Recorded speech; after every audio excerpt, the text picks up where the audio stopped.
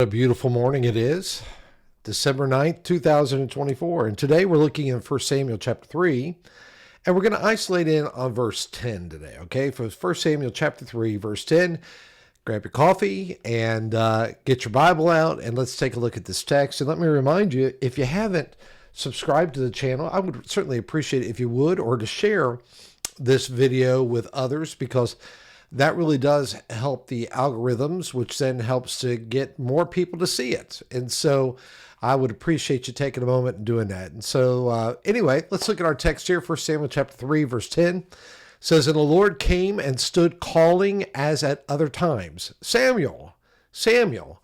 And Samuel said, Speak, for your servant hears." All right, this verse really does capture a powerful moment when Samuel recognizes that the Lord is speaking to him. And God's persistence is again evident as he calls Samuel by name twice, signaling, I think, the importance of this encounter. Now, the phrase, "the Lord came and stood," that's a great phrase. And that really does convey the intimacy of God's presence. That though unseen, God draws near to Samuel, ready to reveal himself and ready to reveal his purposes. Now, this shows us that God's desire is to communicate personally with his people and is faithful to make himself known. So Samuel's response, "Speak, for your servant hears," now that's a beautiful demonstration of humility. It's a beautiful demonstration of readiness. And by referring to himself as God's servant, Samuel acknowledges his role before the Lord. You see, this posture of submission is essential for anyone who is seeking to hear and to obey God's voice.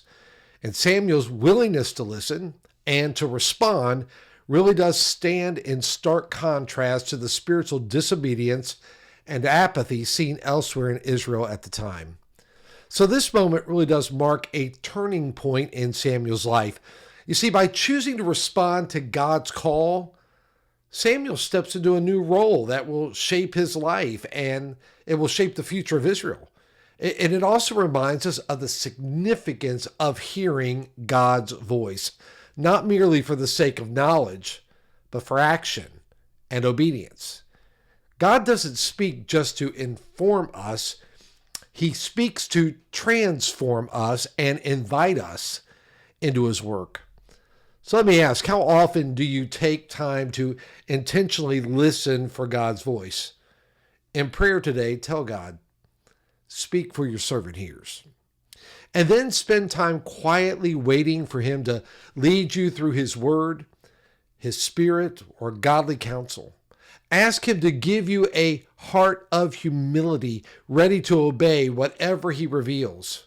And trust that when you respond to God's call, when you respond with a willing spirit, he will draw near and guide you into his perfect plan for life. God bless you. See you back here tomorrow.